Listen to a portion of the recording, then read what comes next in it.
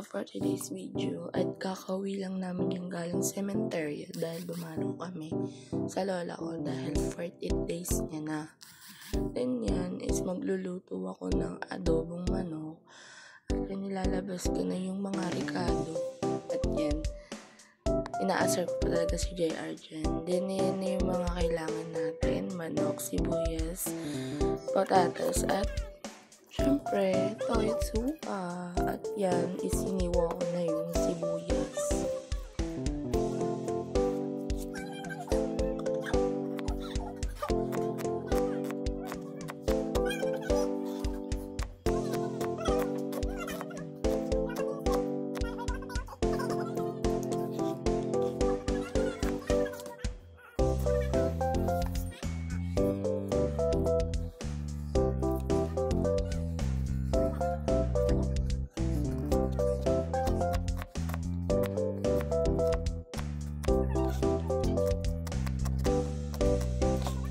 Tapos ayan, pagkatapos ko mag-iwan ng sibuyas, pinukpok ko na nga yung bawang dyan.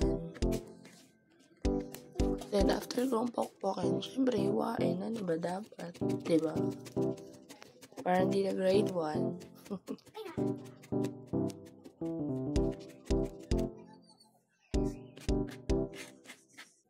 Tapos next ko na dyan yung patatas, binalitan ko lang muna siya, then yan, hiniwa-hiwa ko na.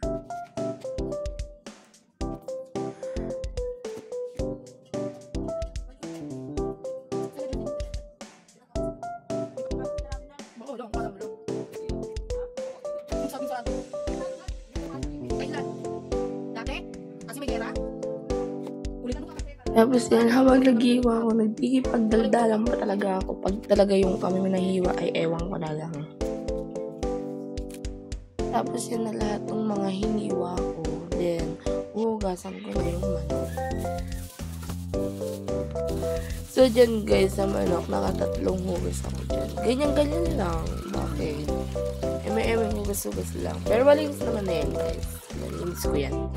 Sa palengke.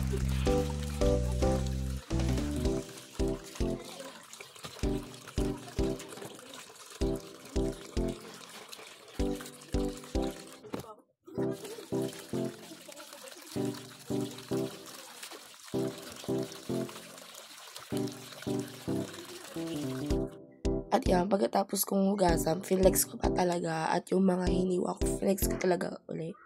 At yan, isang-salang na tayo ng, syempre, kawali. Ano pa ba? Tapos yan, naglagay na tayo ng mantika.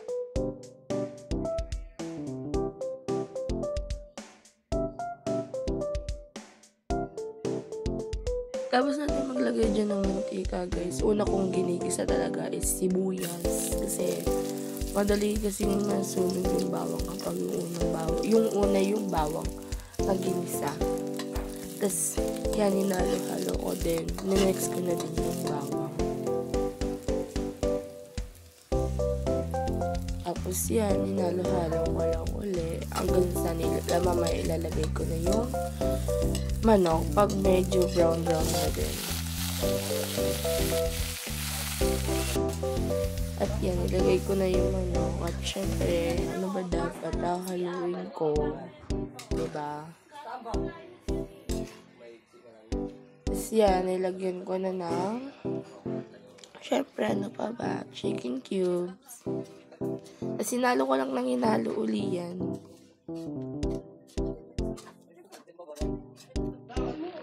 Tapos yun guys, yan, pinapakuluan ko muna yung manok hanggang sa lumabas yung mga dugo-dugo. Tapos next ko na lagay dyan yung patatas. Kasi mahirap din yung palambutin.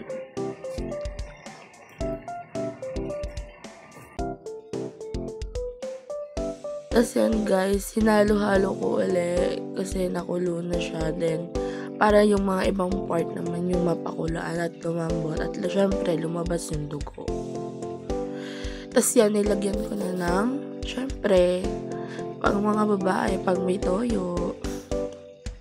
Tapos yan, nilagyan ko na rin ng suka. Tansya-tansya lang yan, guys. Tapos yan, hinalo-halo ko ulit. Tapos next ko dyan nilagay yung magic sarap.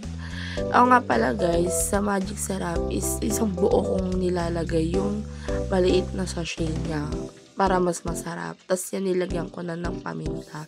Then, hinalo-halo ko ulit. Walang katapusang halo-halo to guys. Tapos ayan na guys. Kumukulo-kulo na siya. At dito na lang. Bye-bye!